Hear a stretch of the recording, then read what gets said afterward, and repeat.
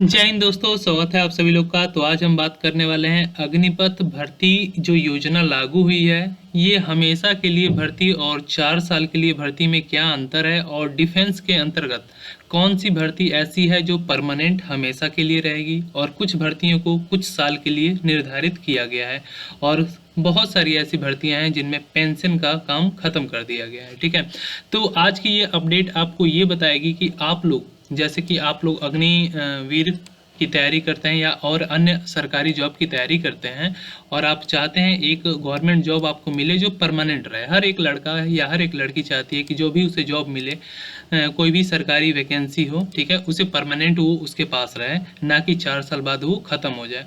तो आज हम उसी पे बात करने वाले हैं। आपको बताएंगे जिन लड़कों का एज है अभी 18 से 23 साल के बीच में, ठीक है, और जिन लड़कों का एज निकल गया है यानी 23 साल से ऊपर हो गया, 23 से 27 साल के बीच में है, हालांकि वो गवर्नमेंट जॉब की तैयारी कर रहे होंगे, ठीक है, अग्निवीर के लिए एज निकल गई तो डिफेंस के स्टेट पुलिस और अदर पोस्ट के लिए तैयारी कर रहे होंगे, और किस पोस्ट के लिए सबसे परफेक्ट एज होती है और कौन कौन सी वैकेंसियाँ कंटिन्यू आती रहती हैं, वो मैं आपको बताने जा रहा हूँ। ठीक है, सबसे पहले बता देता हूँ कि अग्निवीर के अंतर्गत आप लोग को सूचना मिल गया होगा कई महीने पहले ही, ठीक है, और ये संभावना जताई गई थी 1 साल पहले भी कि अब 4 साल के लिए वैकेंसियाँ एयरफोर्स, इंडियन आर्मी और नेवी तीनों के अंतर्गत की जाएंगी, जिसकी स्कीम की पूरी डिटेल ये आपके सामने दे दिया गया है। ठीक है, और इसमें क्या क्या नियम रहेगा, कितने परसेंट को फिक्स कर दिया जाएगा, और आगे नौकरी के लिए किस किस फोर्स में छूट दिया जाएगा, ये सारी बातें हो चुकी थी। ठीक है, हालांकि आप लोग को ये जानकारी होगी,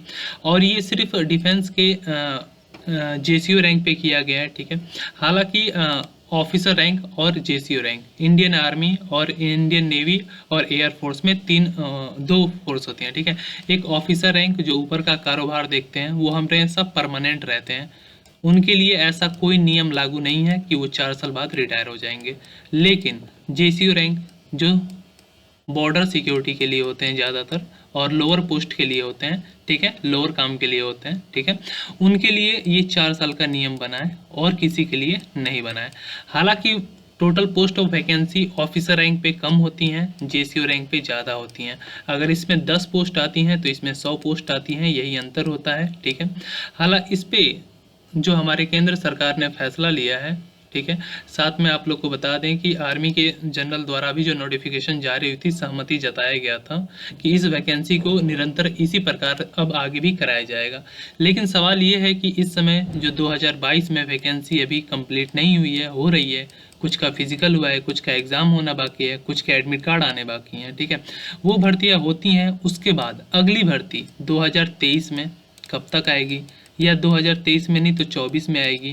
क्या अगली भर्ती भी इसी प्रकार से होगी, अग्निपथ योजना के अंतर्गत थी, उसमें कितने छूट मिलेगी या नहीं मिलेगी, या उसके बाद रिटायर होने के बाद कुछ अवधि बढ़ाया जाएगा या नहीं बढ़ाया जाएगा, 4 साल से कुछ बढ़ाया जा सकता है, 5 साल या 6 साल या 8 साल या 10 साल भी किया जा सकता है या नहीं जा सकता है।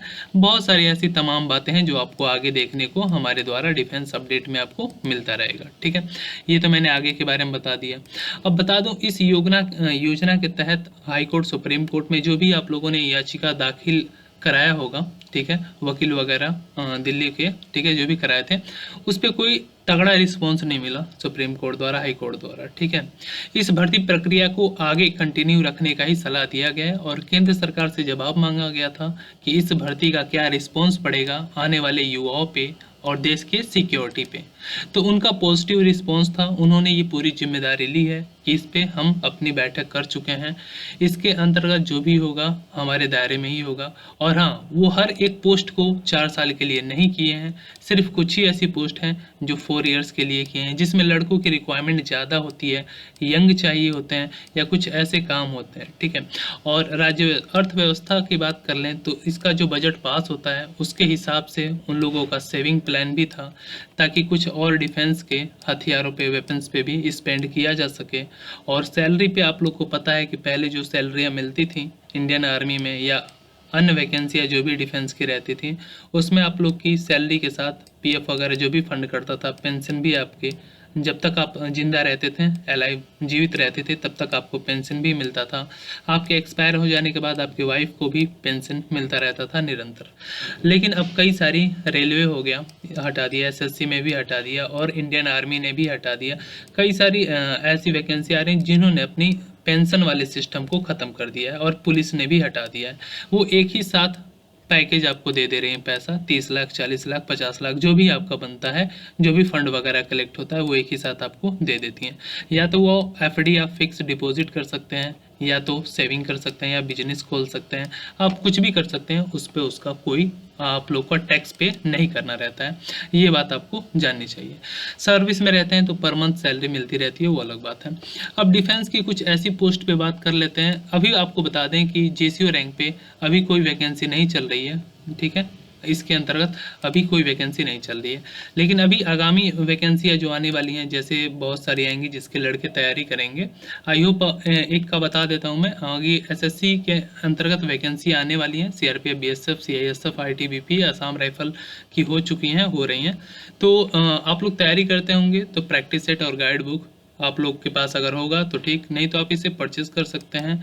हाँ, मार्केट में चिप्स पब्लिकेशन का प्रैक्टिस सेट चल रहा है, गाइड बुक। इसमें आपको सिलेबस दिया गया है 2022 के अंतर्गत, गाइड किया गया है क्या क्या क्वेश्चन आ रहे हैं, कैसे कैसे क्वेश्चन उठेंगे, आप लोग के एग्जाम में क्या क्या क्वेश्चन बनेगा, किस टॉपिक से कितना कितना समय मिलेगा, सब कुछ बताया गया। साथ में इसमें ओरिजिनल क्वेश्चन पेपर भी शामिल किया गया है, जो पिछले सेंटर पे हुआ है, शिफ्ट सेकेंड का 2021 का, एसएससी जीडी या आसाम राइफल का। वो टेलीग्राम ग्रुप में मैंने डाल दिया है, डिस्क्रिप्शन बॉक्स में टेलीग्राम ग्रुप है, इसका क्वेश्चन पेपर आप जाके वहाँ से देख सकते हैं, ठीक है। और लिंक भी मैंने डिस्क्रिप्शन बॉक्स में मेंशन कर दिया है, ठीक है। ये पूरा सेट आप फ्री में ले सकते हैं, वहाँ से जाके देख सकते हैं, सॉल्यूशन भी है, सब कुछ है, ठीक है। तो यहाँ पे जानने वाली बात ये है कि आपको तैयारी किस पोस्ट के लिए अब करना है, ठीक है। तैयारी किस पोस्ट के लिए करना है, तो अभी ऑफिसर रैंक पे, थोड़ा सा अपर पोस्ट पे आप आते हैं आर्मी के या डिफेंस के, सीआरपीएफ, बीएसएफ, एसएससी, तो एसएससी वैकेंसी निकालने वाली है। एसएससी ने अभी, एसएससी सीजीएल, क्या सीजीएल ने निकाला है 20,000 के आसपास वैकेंसी। क्या वैकेंसी, आपको पता है चुनाव भी आने वाला है प्रधानमंत्री का 24 तक, तो केंद्र सरकार क्या करेगी, फिर से आपको दिसंबर तक या 2023 के जनवरी तक आपको एसएससी जीडी कांस्टेबल के अंतर्गत 50,000 या 70,000 या 40,000 के आसपास वैकेंसी देखने को मिलने वाली है। उसमें ऐसा कोई कायदा नियम कानून नहीं है कि आप 4 साल के लिए परमानेंट रहेंगे। उसमें आपकी जब तक समय अवधि रहता है, एज रहती है 60 साल की, जिसमें निर्धारित किया जाता है 20-25 साल निकाल के, उस ड्यूरेशन में आप काम करेंगे, सैलरी आपकी सेम होगी, सब कुछ सेम होगा। तो डिफेंस में इस समय सोचने वाली बात यह है कि अगर लड़का अग्निवीर में भर्ती नहीं हो पाता है तो समय रहते ही वो किसी दूसरे पोस्ट की भी तैयारी करें, ठीक है।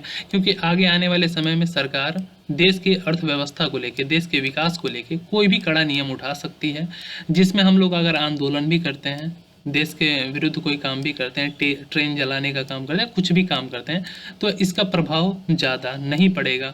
ऊपर से उल्टा लड़कों के ऊपर केस, एफआईआर वगैरह कुछ हो सकता है, और उनकी ज़िंदगी तहस नहस भी हो सकती है, ठीक है। एक बात बता दें, तो इस समय पॉसिबल यही रहेगा कि लड़कों की एज रहते हुए वो अपनी पढ़ाई पे ध्यान दें। एज है नहीं है दूसरे पोस्ट के लिए देखें, क्योंकि हम बताते रहते हैं इस एज के दौरान ये पोस्ट की भर्ती देख सकते हैं। ट्यूटोरियल आर्मी 18 से 42 साल ग्रेजुएशन वालों के लिए हमेशा आती है, उसमें ट्राई कर सकते हैं। कुछ लड़के उसमें हो जाएं, BSF, CRPF, ITBP, Assam rifle, कई सारी डिफेंस की पोस्ट है। अब इससे ऊपर अगर उठ के जाते हैं तो आपकी पुलिस की हो गई, ठीक है, असिस्टेंट ऑपरेटर हो गई, रेडियो ऑपरेटर हो गई, कई सारी ऐसी वैकेंसी है जिनकी एज लिमिट 30 साल तक होती है, 27 साल तक होती है, छूट को लेके, ठीक है। उसके बाद ग्रुप डी वगैरह बहुत सारी वैकेंसी आपको देखने को मिलेंगी। हालांकि आप लोग का कमेंट ये भी होगा कि धीरे धीरे सब कुछ प्राइवेट हो रहा है, निजीकरण की तरफ भारत जा रहा है, ताकि अर्थव्यवस्था और मजबूत होगा, काम और तेजी से होगा, सही से होगा। सरकारी में काम ढीलेपन से होता है, लेकिन डिफेंस का काम कभी प्राइवेट नहीं होगा, ठीक है, ये हमेशा सरकारी ही रहेगा। आई होप ये अपडेट आप लोग को समझ में आ गई होगी। तो अब आप लोग को आगे क्या करना है, किस चीज़ की तैयारी करना है, आप लोग का दिमाग में ये एक्टिव हो चुका होगा, ठीक है।